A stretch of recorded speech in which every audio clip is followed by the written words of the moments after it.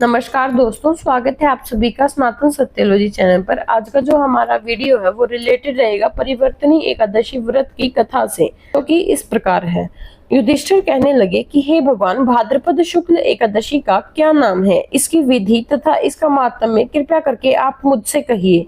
तब भगवान श्री कृष्ण कहने लगे, इस पुण्य, स्वर्ग और मोक्ष को देने वाली तथा सब पापों का नाश करने वाली उत्तम वामन एकादशी का महात्म्य मैं तुमसे कहता हूँ, तुम ध्यान पूर्वक सुनो। यह पद्मा परिवर्तनी एकादशी जयंती एकादशी भी कहलाती है।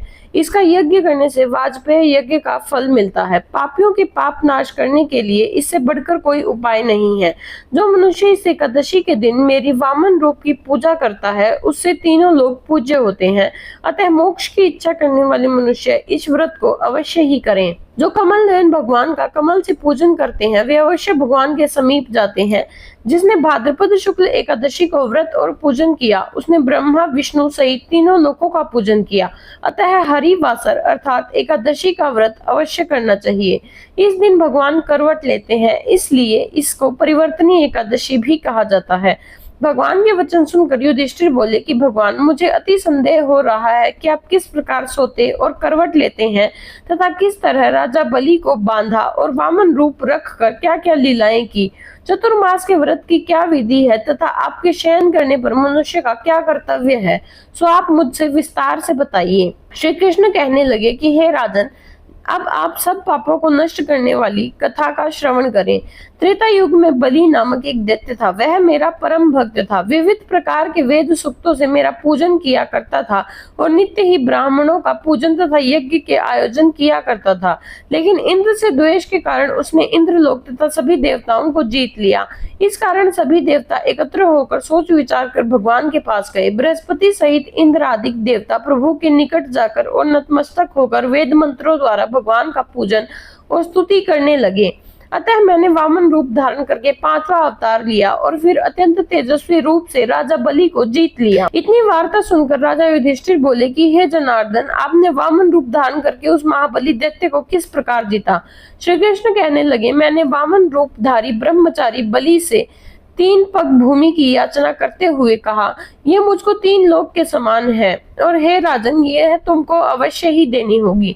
राजा बलि ने इसे तुच्छ याचना समझकर 3 पग भूमि का संकल्प मुझको दे दिया और मैंने अपने त्रिविक्रम रूप को बढ़ाकर यहाँ तक कि भूलोक में पद, भूर्लोक में जंघा, स्वर्गलोक में कमर, महलोक में पेट, जनलोक में हृदय, यमलोक में कंठ की स्थापना कर सत्यलोक में मुख, उसके ऊपर मस्तक स्थापित किया।